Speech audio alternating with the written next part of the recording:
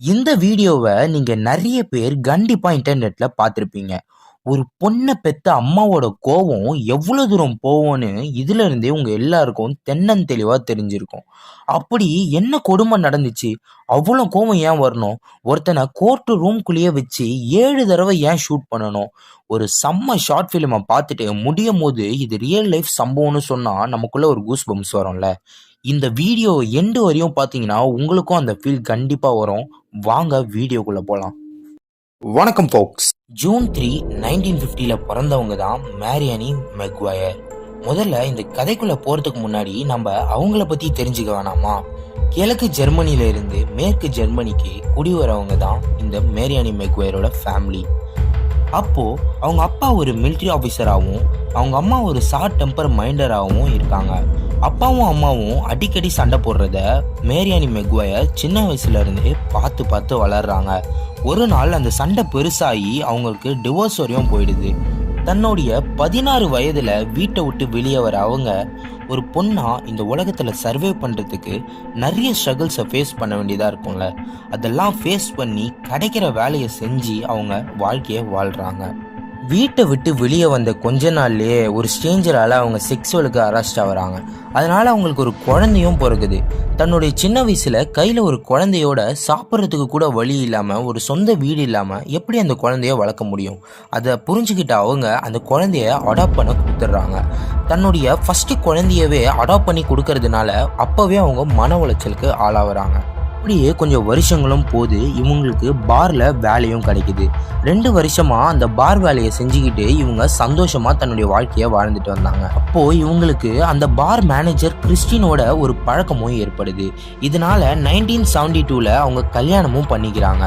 தன்னோட 22வது வயசுல நவம்பர் 14, 1972 அப்போ இவங்களுக்கு ஒரு பொன் குழந்தையும் பிறக்குது. அந்த குழந்தை பேர் தான் ஆனா. மேரியானுக்கும் அவங்க ஹஸ்பண்டான கிறிஸ்டியனுக்கும் ஒரு சண்டையில டிவோர்ஸும் ஆயிடுது. அதனால தன்னுடைய குழந்தைய அவங்களே தனியா வளர்த்துட்டு வந்தாங்க. நைட் டைம்ல பார்ல ஒர்க் பண்ணிட்டு மார்னிங்ல தூங்குறதையே பழக்கமா வச்சிருந்தாங்க மேரியன். அவங்க குழந்தையான ஆனாக்கு இப்போ 7 வயசு ஆயிடுச்சு. மேரியன் மார்னிங் தூங்கும் போது ஆனா ஸ்கூலுக்கு போயிடுவா. மேரியன் எந்திரிச்சு பார்க்கும்போது ஆனா வீட்டில் இருப்பா. இதுதான் இவங்களோட ரொட்டீன். நம்ம வாழ்க்கையில நம்ம அம்மாவோட சண்டை போட்டுட்டு ஸ்கூலுக்கெல்லாம் போயிருக்கோம்ல, அது மாதிரி அன்னைக்கு ஒரு நாள் ஆனா அவங்க அம்மாவோட சண்டை போட்டுட்டு அவங்க அம்மா தூங்கினதுக்கப்புறம் ஸ்கூலுக்கும் போயிடுறாங்க. ஆனால் அவங்க அம்மா எந்திரிச்சு பார்க்கும்போது ஆனா வீட்லேயே இல்லை. பதறி போன அவங்க ஸ்கூலுக்கு போய் கேட்டும் பார்க்குறாங்க. பார்த்தா குழந்தை இன்னைக்கு ஸ்கூலுக்கே வரலன்னு ஸ்கூல்ல இருந்து சொல்கிறாங்க. இதை பார்த்து பயந்து போன அவங்க உடனே போலீஸ்ல போய் கம்ப்ளைண்டும் பண்ணிடுறாங்க. மறுநாள் காலையில் அவங்க பக்கத்து வீட்டில் இருந்த பொண்ணு அவங்க கல்யாணம் பண்ணிக்கிறதா இருந்த 35 வயசான கிளாஸ் கிரபோஸ்கின்ற ஒருத்தர் மேலே போய் போலீஸ் கம்ப்ளைண்ட்டும் கொடுக்குறாங்க. அது சாதா கம்ப்ளைண்ட் இல்லை, கொலை பண்ணியிருக்கான்னு சொல்லி கம்ப்ளைண்ட்டும் பண்ணுறாங்க. அதனால போலீஸ் அவரை அரெஸ்ட் பண்ணி இன்வெஸ்டிகேஷன் பண்ணும்போது தான் தெரியுது அந்த 7 வயசு காணப்போன குழந்தையான ஆனாக்கு என்ன கொடுமை நடந்துச்சுன்னு. மே 5 ஆனா அவங்க அம்மாவோட சண்டை போட்டுட்டு ஸ்கூலுக்கு போகாம அவ ஃப்ரெண்டு வீட்டுக்கு போயிருக்காங்க. ஆனா அவ ஃப்ரெண்டு ஸ்கூலுக்கு போயிட்டாங்கன்ற விஷயம் தெரிஞ்சதும் சோகமா அவ வீட்டுக்கே போயிடலான்னு திரும்ப வீட்டுக்கு வந்திருக்கா. அப்போ அந்த பக்கத்து வீட்டு, அதாவது அந்த கிரபோஸ்கி இருக்காங்க, அவன் வீட்டுல ஒரு பூனையும் வளர்த்துட்டு வராங்க. ஆனா அந்த பூனையை கொஞ்சலான்ட்டு அந்த வீட்டுக்குள்ள போயிருக்கா. ஆனா போற அந்த நாள் அன்னைக்குன்னு பார்த்து கிரகோஸ்கி வீட்டுல யாருமே இல்லை. இதை சான்ஸா பயன்படுத்திக்கலாம்னு நினைச்ச அவன் அந்த பச்சை குழந்தை ஆனாவை ரேப் பண்ணி கொடூரமா கொலை பண்ணி ஒரு டப்பால போட்டு அடைச்சி, நம்ம வீட்டிலலாம் வேஸ்ட் திங்ஸை வைக்கிறதுக்குன்னு கராஜ்னு ஒன்று வச்சுருப்போம்ல, அதில் அந்த குழந்தைய போட்டு வச்சுருந்தான். இந்த விஷயம் தெரிஞ்ச உடனே கிரகோஸ்கியோட லவ்வர் போலீஸில் கம்ப்ளைண்ட் பண்ணிடுறாங்க. இந்த கொடுமையான கொடூரத்தை தெரிஞ்சதும் மேரியானி மனசு உடைஞ்சு போயிடுறாங்க. தன்னுடைய குழந்தைக்கு நடந்த இந்த சம்பவத்தை நினைச்சு அவங்க மனநிலை பாதிக்கப்பட்டு டிப்ரெஷனுக்கே போயிடுறாங்க. கோஸ்கிக்கு இருந்த சில மெடிக்கல் ப்ராப்ளம்ஸ்னால அவன் டாக்டர் கிட்ட ட்ரீட்மெண்ட் எடுத்துட்டு இருந்தான்.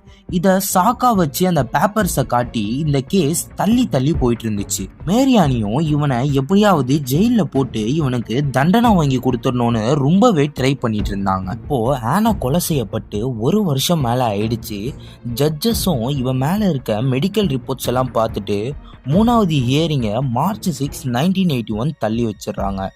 இவன் மேலே இருக்க மெடிக்கல் ரீசன்ஸ்னால இவனுக்கு கொஞ்சம் வருஷம் தண்டனை தான் கிடைக்கும்ன்ட்டு ஆனாக்கு எப்படியோ தெரிய வந்துடுது. ஒரு வருஷமா வெயிட் பண்ணி ரணவேதனையை அனுபவிச்சிட்டு இருக்காங்க மேரியன். மார்ச் 6 அன்னைக்கு நாமளே இவனை ஏதாச்சும் பண்ணிடணும், வேற ஒரு குழந்தைக்கு இந்த மாதிரி ஒரு சம்பவம் நடக்கவே கூடாதுன்னு நினைக்கிறாங்க. மார்ச் 6 வருது. 10 மணி அளவில் இந்த கேஸோட ஹியரிங் பரபரப்பாக போயிட்டுருக்கு. சுற்றி நிறைய பேர் உட்காந்துருக்காங்க. அப்போ கோர்ட் ரூம்குள்ளே என்டர் ஆன மேரியன் தன்னோட பாக்கெட்டில் இருந்த பிஸ்டலை எடுத்து அவனை நோக்கி வச்சு 7 குண்டு பட்டுன்னு சுட்டு அதில் 6 குண்டு அவன் மேலே பட்டு அவன் சம்பவ இடத்துல செத்து போயிடலாம். இந்த சம்பவத்தை பார்த்துட்டு கோர்ட்டில் இருந்த எல்லாரும் பயந்து சம்பவ இடத்துல தெரிச்சு ஓடுறாங்க. கோர்ட்லேயே வச்சு அவனை செஞ்சுட்டு அந்த கன்னை கீழே போட்டுட்டு சந்தோஷமாக சிரிச்சபடியே அழுதுகிட்டு இட்ஸ் ஆல் ஃபார் யூ ஆனான்னு சொல்லிக்கிட்டே அவங்க போலீஸ்கிட்ட சரண்டரும் ஆயிடுறாங்க. பட்ட பகல்லையே அதுவும் ஒரு கோர்ட் ரூம்குள்ளேயே இப்படி ஒரு சம்பவம் நடந்ததுனால ஜெர்மனி மக்களுக்குள்ள இவங்க பரபரப்பாக பேசப்பட்டு வராங்க. இவங்க செஞ்ச இந்த தப்புனால 6 வருஷம் சிறை தண்டனையும் கிடைக்குது. சில நெகோசியேஷன்ஸ்னால 3 வருஷத்திலேயே வெளியே வந்துடுறாங்க.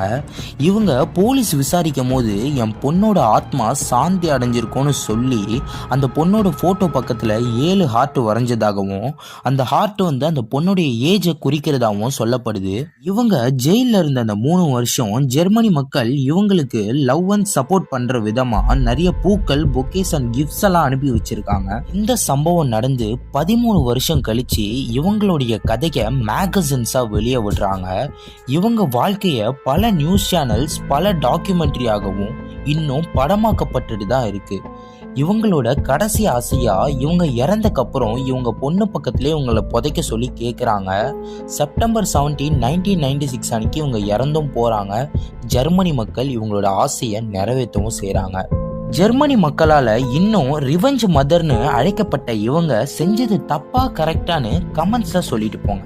தேங்க்யூ.